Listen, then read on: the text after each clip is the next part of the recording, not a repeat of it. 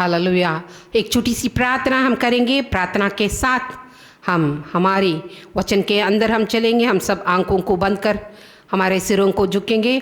Hallelujah hallelujah hallelujah. Praise you praise you praise you मसीह। जहाँ ये क्या दो आपके नाम के इकट्ठे होते हैं प्रभु, वहाँ आपकी महिमा होती है प्रभु। विश्वास के साथ प्रभु आज हम इस वचन को बांटने वाले हैं प्रभु। कई लोगों के जीवन में ये क्रिया करना चाहिए प्रभु, जो पाप में डूबे हैं प्रभु। उन बच्चों को रक्षा करने के लिए ये वचन उनके पास जाना चाहिए प्रभु। उनकी जीवन में परिवर्तन ले आना चाहिए प्रभु। हम जो काम करते हैं प्रभु सभी आपकी महिमा के लिए ही होते हैं प्रभु। हम कामयाब होने के लिए हमें सहायता कर ओ मेरा प्रभु। एक छोटी सी प्रार्थना यीशु मसीह के नाम पर हम रखते हैं, आमीन।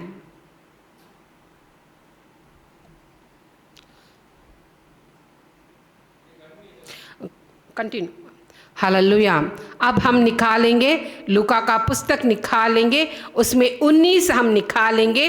तो उसमें हम 1 से लेकर 10 तक आज हम मगन करने वाले हैं। यहाँ हम देखते हैं तो एक व्यक्ति के बारे में आज हम जानने वाले हैं।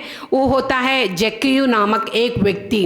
वैसे ही इस संसार में कई लोग होते हैं, कई नामों उनकी हो सकती हैं, लेकिन हर एक को परमेश्वर क्या करता है, परमेश्वर जानता है।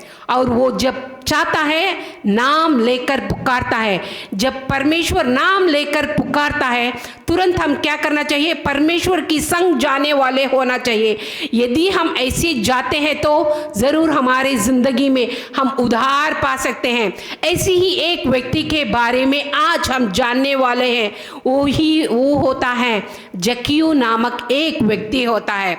उसमें हम 19 में 2 जब हम पढ़ते हैं तो ऐसा लिखा गया है व्यवस्था में, वह जक्कयू नामक एक मनुष्य था जो चुंगी लेने वाला और सद्दार और धनी था। यहाँ हम देखते हैं जक्कयू नामक का एक व्यक्ति था। वो कैसा था, धनी और सरदार था।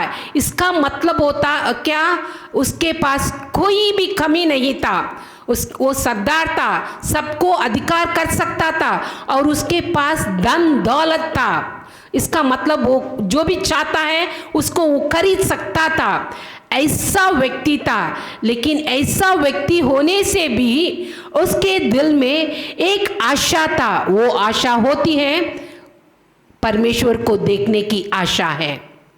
वैसे ही यहाँ हम जो यहाँ बैठे हैं, हम सबकी आशा होना चाहिए कि मैं परमेश्वर को देखना चाहता हूँ।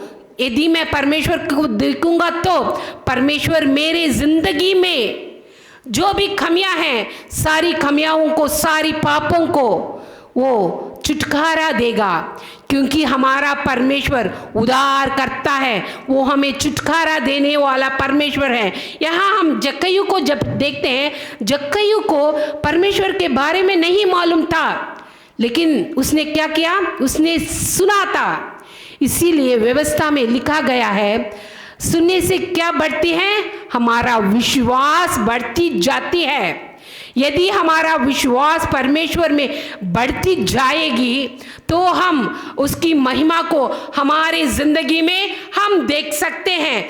क्योंकि यहाँ हम देखते हैं तो 4 में ऐसा लिखा गया है, 19 में 4, तब उसको देखने के लिए वह आगे दौड़कर एक गुलेर के पेड़ पर चढ़ गया, क्योंकि यीशु उसी मार्ग से जाने वाला था। यदि हम उसमें 5 पढ़ते हैं तो ऐसा लिखा गया है, जब यीशु उस जगह पहुंचा तो ऊपर दृष्टि करके उससे कहा, हे जक्कयू झट उतर आ, क्योंकि आज मुझे तेरी घर में रहना आवश्यक है। यहाँ हम देखते हैं तो इतना भीड़ था। तीसरा वचन में जब हम देखते हैं तो 19 में इतना भीड़ सा तो, और वो इतना नट्ठा था। नट्ठा होने के कारण वो किसको नहीं देख पाया था, परमेश्वर को देख नहीं पाया था। वो सोचा था इतना भीड़ था, मैं तो इतना नट्ठा हूँ, मैं परमेश्वर को कैसा देखूंगा, उसने सोचा था। लेकिन परमेश्वर क्या नहीं देखता है? हमारा रूप को नहीं देखता है, हमारा हृदय को देखने वाला हमारा परमेश्वर होता है। मनुष्य ऊपर की रूप को देखता है, परमेश्वर हमारा हृदय को देखने वाला परमेश्वर होता है। ऐसे ही हम देते हैं तो क्या करता है? नट्टा होने के कारण वो परमेश्वर को देखना चाहता है, चारों ओर वहाँ यहाँ घूमकर देखता है, तो वो एक गुलेर का पेड़ को देखता है, तुरंत उसकी दिमाग में ये आशा आता है कि किसी ना किसी प्रकार मैं परमेश्वर को देखूंगा। तो तुरंत वो क्या करता है? वो गुलेर पेड़ के ऊपर चढ़ उठता है।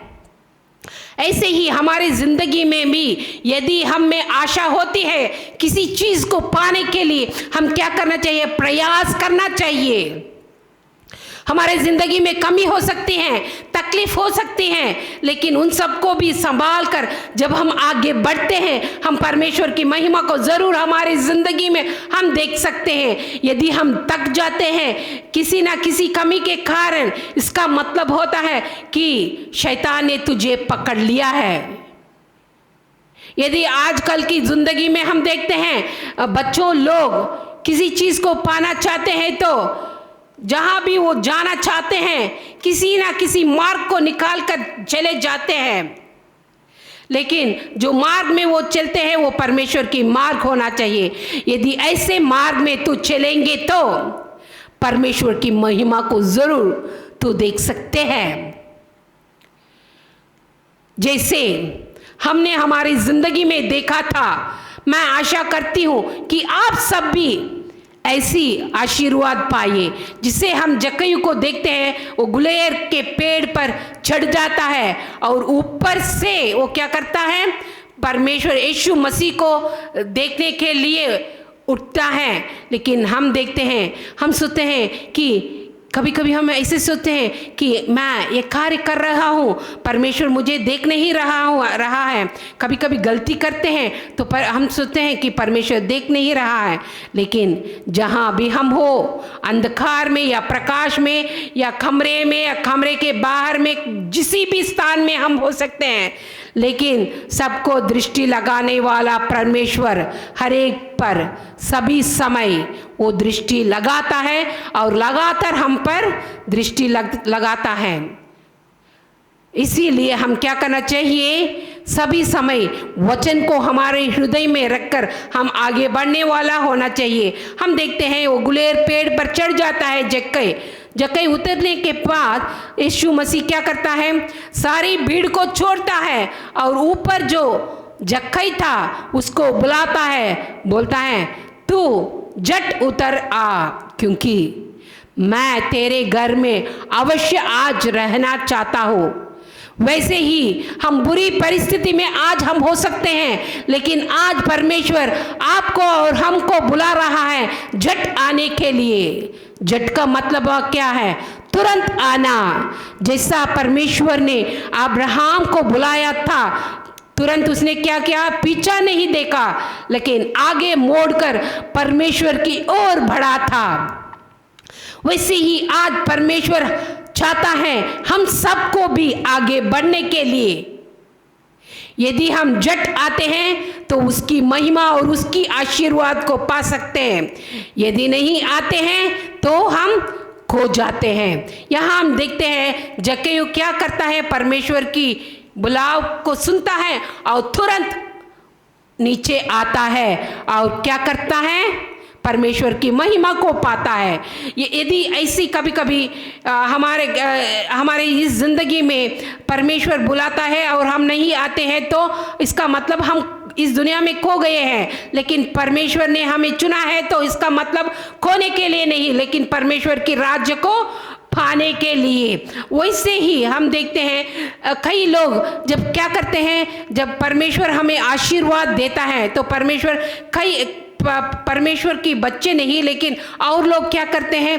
कई प्रकार की बातें बोलते हैं। जैसा हम यहाँ देखते हैं 7वें वचन को हम देखते हैं 19 में 7 को जब हम देखते हैं, ऐसा लिखा गया है, यह देखकर सब लोग गुड़गुड़ा कर कहने लगे, वो तो एक पापी मनुष्य के जहाँ जा उतरा है। ऐसे ही बोलते हैं। कभी कभी हमारा परमेश्वर किसके लिए आया था? पापियों को रक्षा करने के लिए आया था।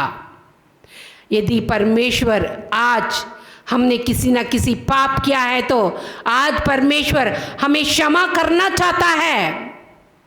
आप उस क्षमा को पाना चाहते हैं तो झट उतर आ। मनुष्य की रूप को मत देख, भीड़ को मत देख, उनकी बातों को मत सुन, लेकिन सीधी परमेश्वर पर दृष्टि लगाओ, आगे बढ़ो तो परमेश्वर की महिमा को तू जरूर तेरी जिंदगी में तू पा सकता है। लोग कई प्रकार की बातें बोलते जाते हैं क्योंकि वो ये दुनिया में डूबे हैं, लेकिन हम अलग हैं। परमेश्वर ने हमें चुना है। इसी कारण परमेश्वर हमें जैसा जक्कई को बुलाया था वैसे आज हमको और तुमको बुला रहा है। आओ और उसकी आशीर्वाद को पाओ। हम कभी कभी पाने के लिए कुछ खोना पड़ता है। इस दुनिया को हम खोएंगे और परमेश्वर की राज्य को हम पाएंगे। इस संसार में हम सब कुछ पाते हैं, यदि परमेश्वर की राज्य को हम खो जाते हैं तो वो जिंदगी व्यर्थ ही व्यर्थ होता है। कई बार ऐसा बताया गया है कि जब हम परमेश्वर के साथ होते हैं हम सब हीरो हो सकते हैं। यदि हमारा पास हमारा परमेश्वर नहीं है तो हम क्या हो जाते हैं? हमारी जिंदगी में हम सबसे बड़ा जीरो बन जाते हैं। लेकिन परमेश्वर ने हमें जीरो बनने के लिए नहीं, लेकिन 100 गुना आशीर्वाद पाने के लिए आज परमेश्वर आपको और मुझे बुलाया है।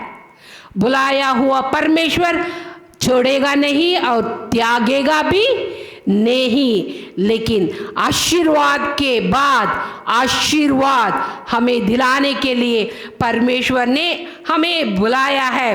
वैसे ही हम 8 को देखते हैं। 8 में ऐसा लिखा गया है, जक्कई ने खड़े होकर प्रभु से कहा, हे प्रभु देख, मैं अपनी आधी संपत्ति कंगालों को देता हूँ, और यदि किसी का कुछ भी अन्याय करके ले लिया है तो उसको 100 गुना फेर देता हूँ। वैसे ही हम यदि हमारी जिंदगी में हम कुछ पाप किया है तो हम क्या करना चाहिए? पाप को छुपाना नहीं चाहिए, लेकिन हम क्या करना चाहिए? हमारा पाप को हम अंगीकार करना चाहिए। यदि हम ऐसा अंगीकार करेंगे तो जैसा जक्कई को परमेश्वर ने माफ किया था और आशीर्वाद किया था, वैसे ही हम सबको आज आशीर्वाद करना चाहता है और हमें क्षमा करना चाहता है। कभी कभी हमारा माता पिता भी हमें क्षमा नहीं करते हैं, हमारा मित्र लोग हमें क्षमा नहीं करते हैं, दुनिया के लोग हमें क्षमा नहीं करते हैं, लेकिन हमें क्षमा करने वाला एक ही उद्धार करता, वो ही हमारा परमेश्वर आज बुला रहा है। हमारे हाथ उसके हाथ में सौंपेंगे और आगे बढ़ेंगे और देखेंगे कि हमारे जिंदगी में परमेश्वर ने क्या क्या भला कार्य किया है। क्योंकि भला करने के लिए परमेश्वर आज आपको और मुझको और इस संसार में जितने भी डूबे हैं सबको वो उद्धार देना चाहता है। लेकिन उस उद्धार को अंगीकार करने के लिए हम तैयार होना चाहिए, क्योंकि परमेश्वर की राज्य बहुत निकट आ गया है। हम परमेश्वर को देखने वाले हैं। वो एक राजा की समान हमारे बीच में राज्य करके हमें न्याय करने के लिए आ रहा है। यदि हम जानबूझकर पाप करेंगे तो पर पाप की क्षमा नहीं होगी। यदि ना अनजान में कुछ पाप किए हैं तो परमेश्वर हमें जरूर क्षमा करने के लिए आज बुला रहा है। इसलिए यहाँ हम देखते हैं तो जक्कई बता रहा है, यदि मैंने ना अनजान में या जानकर किसी ना किसी से अन्याय किया हूं तो मेरी संपत्ति में कुछ भाग जो पाप से कमाया था उसको मैं क्या करूंगा? कंगालों में बांटने के लिए मैं सिद्ध हूँ। ऐसे कहने वाले हम में से कितने लोग हैं कि मैंने पाप किया, मैंने पाप से ये धन कमाया हूँ, ये धन को मैं कंगालों में बांटने के लिए सिद्ध हूँ। कितने लोग हैं बताने के लिए तैयार हैं? बहुत कम हो सकते हैं, हम गिन सकते हैं ऐसे लोगों को, लेकिन वो लोग धन्य हैं, वो लोग धन्य हैं, क्योंकि उन लोगों को परमेश्वर ने चुन लिया है और वो पाप की क्षमा पा लिया है।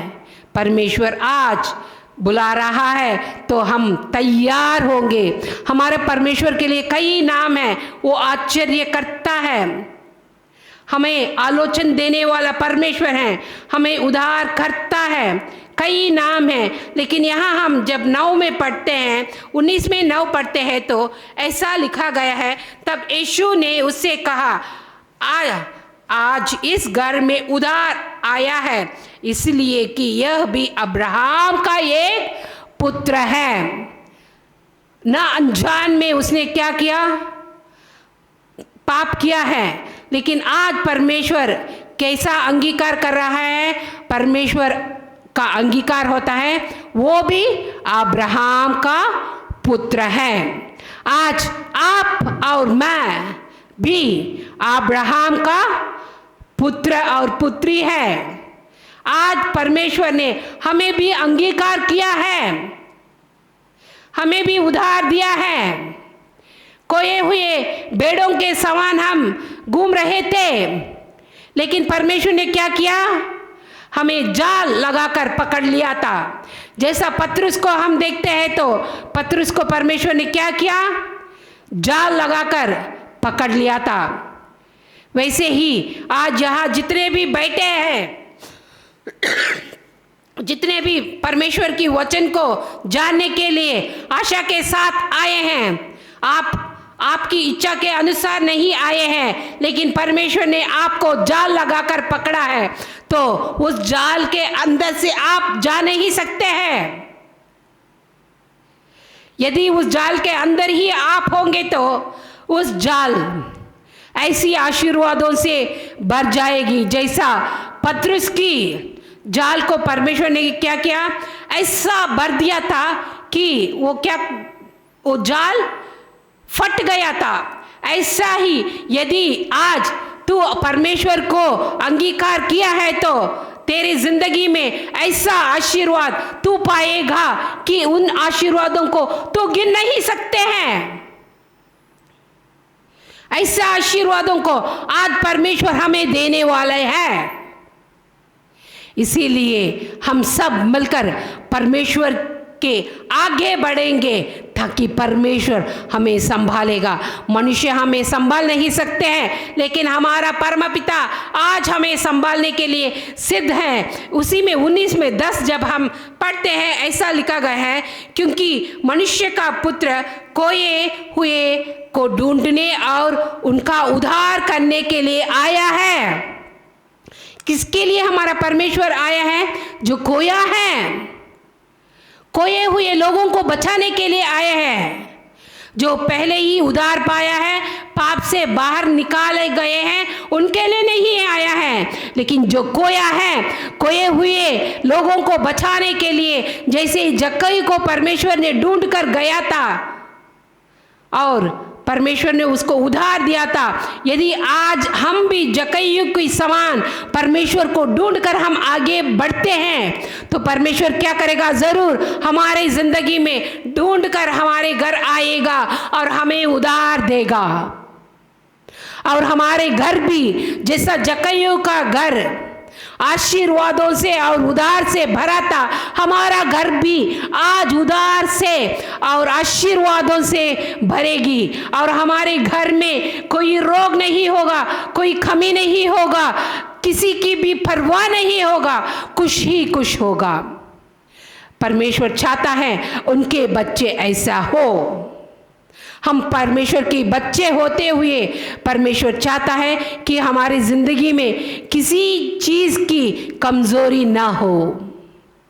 और वैसे ही हमारी सारी कमजोरियों को परमेश्वर की सन्निधान में हम रखेंगे, ताकि परमेश्वर उन सब खमियाओं को हमारे ज़िंदगी में से निकाल देकर, जिसका जक्कई को आशीर्वाद किया था वैसे ही आपको और हमको आशीर्वाद करेगा। आशीर्वाद करने वाले परमेश्वर को हम ढूंढ कर आए हैं, तो परमेश्वर छोड़ेगा नहीं और त्यागेगा नहीं। हम सब मिलकर हमारे हाथों को परमेश्वर के हाथों में दे देंगे, ताकि वो जिस किनारे पर हम जाना चाहते हैं यदि उस किनारा ठीक है तो उस किनारा तक हमारा परमेश्वर पहुंचने के लिए तैयार है। हम विश्वास करेंगे कि परमेश्वर ने आपको और हमको उधार दिया है और हम सब उधार पाए हैं। यदि विश्वास करेंगे तो परमेश्वर के राज्य को आप देख सकते हैं। हम सब मिलकर हमारे आंखों को बंद कर एक छोटी सी प्रार्थना करेंगे, हमारे सिरों को झुकेंगे। Hallelujah hallelujah hallelujah, praise you praise you praise you मसीह। आपकी सन्निधान में हम सबको ले आने के लिए प्रभु आपको धन्यवाद देते हैं। प्रभु यदि हम नालायक हो प्रभु, आपने हम सबको लायक बनाने के लिए आपको धन्यवाद देते हैं। प्रभु यदि हम पाप में डूबे हैं प्रभु, हमारी सभी पापों को हटाकर आज हमें उधार दे ओ मेरा प्रभु। आप उधार करता है प्रभु, आपके लिए कई नाम है प्रभु, उनमें से सबसे श्रेष्ठ नाम उधार करता है प्रभु। विश्वास करते हैं हम सब उधार पा लिया है प्रभु। जैसे जक्कई को तूने नाम लेकर पुकारा है प्रभु, वैसे ही आज हमारे समूह में जितने भी लोग बैठे हैं प्रभु, उनको नाम लेकर पुकार कर उधार दे ओ मेरा प्रभु। आपके अलावा हमें रक्षा करने वाले इस दुनिया में कोई नहीं है प्रभु। विश्वास करते हैं प्रभु, आप हमारी प्रार्थना को आज अंगीकार किया है और हमारी प्रार्थना की उत्तर आप देने वाले हैं प्रभु। वैसे ही हमारे कलशिया और हमारे सीनियर पास्टर जी जो ये सारी कार्यक्रम को आगे होकर बढ़ा रहा है प्रभु, उनको सहायता कीजिए और रक्षा कीजिए और आपकी ताकत और बल से बढ़ दे, ताकि आपके राज्य को और भी विस्तार कर सके ओ मेरा प्रभु। एक छोटी सी प्रार्थना यीशु मसीह के नाम पर हम रखते हैं, आमीन। जय मसीह की। वैसे ही भजन संगीता का पुस्तक हम निकालेंगे और पढ़ेंगे। हे मेरा मन यहोवा को धन्य के और जो कुछ मुझ में है वह उसके पवित्र नाम को धन्य के। हे मेरा मन यहोवा को धन्य के और उसके किसी उपकार को ना भूलना। वही तो तेरी सब अधर्मों को क्षमा करता और तेरी सब रोगों को चंगा करता है। वही तो तेरे प्राण को नष्ट होने से बचा लेता है और तेरा सिर पर करुणा और दया का मुकुट बांधता है। वही तो तेरी लालच को उत्तम पदार्थ से तृप्त करता है, जिससे तेरी जवानी उबक के समान नई हो जाती है। आमीन। जय मसीह की।